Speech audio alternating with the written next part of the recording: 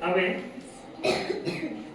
ગણિતની મૂળ બેઝિક ક્રિયાઓ 4 છે. કઈ કઈ? સરવાળો, બાદબાકી, ગુણાકાર, ભાગાકાર.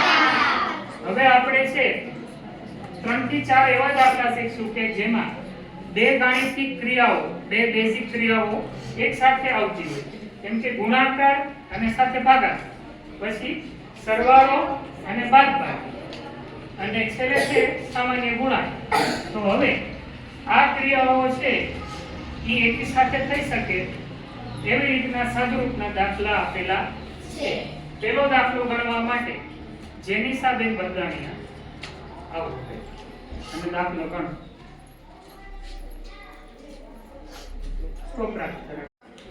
પહેલા શું ક્યાંથી શરૂઆત કરશું? તો કે ગુણાકાર. હા હા 5 ને 0 આરે કરી તો 0 અને 5 25 25 માં 5 નો પડી 2 5 10 10 11 12 નો બગડો લીધા પડી 1 5 ને 1 6 7 0 આરે કરી તો 0 7 નો 35 નો 5 નો 3 7 17 15 16 17 નો 7 પડી 1 7 7 8. સરસ. હવે જે જવાબ આવે છે એનો બેનો ગુણાકારમાં શું કરવાનો હોય છે? સરવાળો કરવાનો હોય છે. તો સરવાળો પૂરો કરીશું. 8 9 10 11 7. તો ગુણાકારનો જવાબ આવ્યો કેટલા આવ્યા? 71250. સરસ. હવે એનું શું કરશું? ભાગાકાર એની સાથે 8 સાથે. ઓકે સરસ.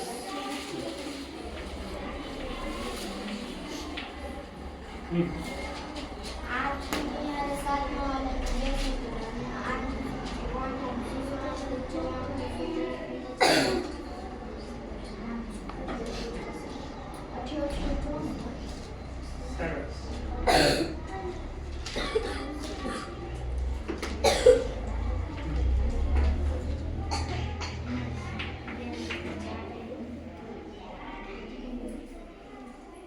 72 માંથી 72 ગયા તો શૂન્ય આવ્યું. ઉપરથી શું ઉતરશે? 5. 5 નો આલે એટલે ભાગમાં પહેલીશું ઉપરથી બીજા. સરસ. 5 છે એ 8 થી નાના છે તો ઉપરથી બંને સંખ્યા ઉતારવા માટે શૂન્ય. પછી 50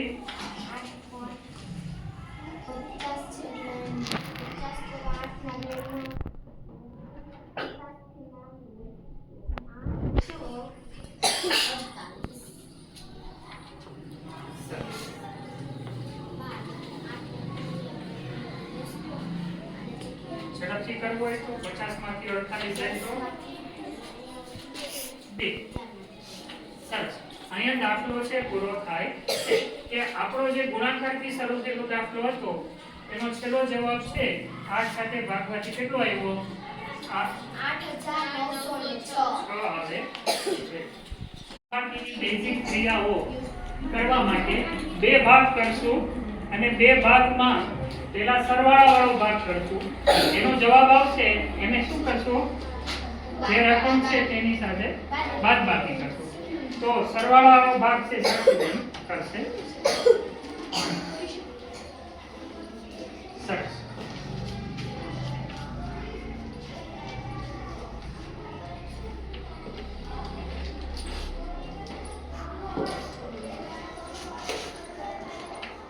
એની બે રકમ સરવાળા વાળી.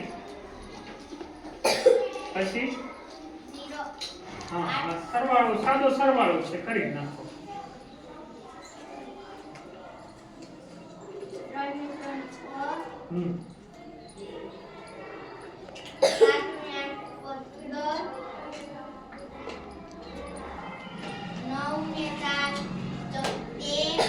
સરસ. હવે આપણને જે સરવાળાનો જવાબ મળ્યો એ કેટલો મળ્યો? 1,35,600 એનો શું કરશું? બાદબાકી કઈ રકમ થશે? 93,799 ઓકે. બે સંખ્યાનો સરવાળો કર્યો જેનો જવાબ શું આવ્યો? મેલબેન 1,35,688 હા, એની શું કરવાની રહેશે? બાદબાકી કઈ સંખ્યા છે? 93,979 વેરી ગુડ. હવે છે એ બાદબાકી કરશે 1,35,688 ઓછા 93,919.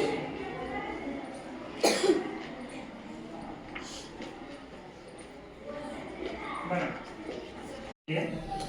હા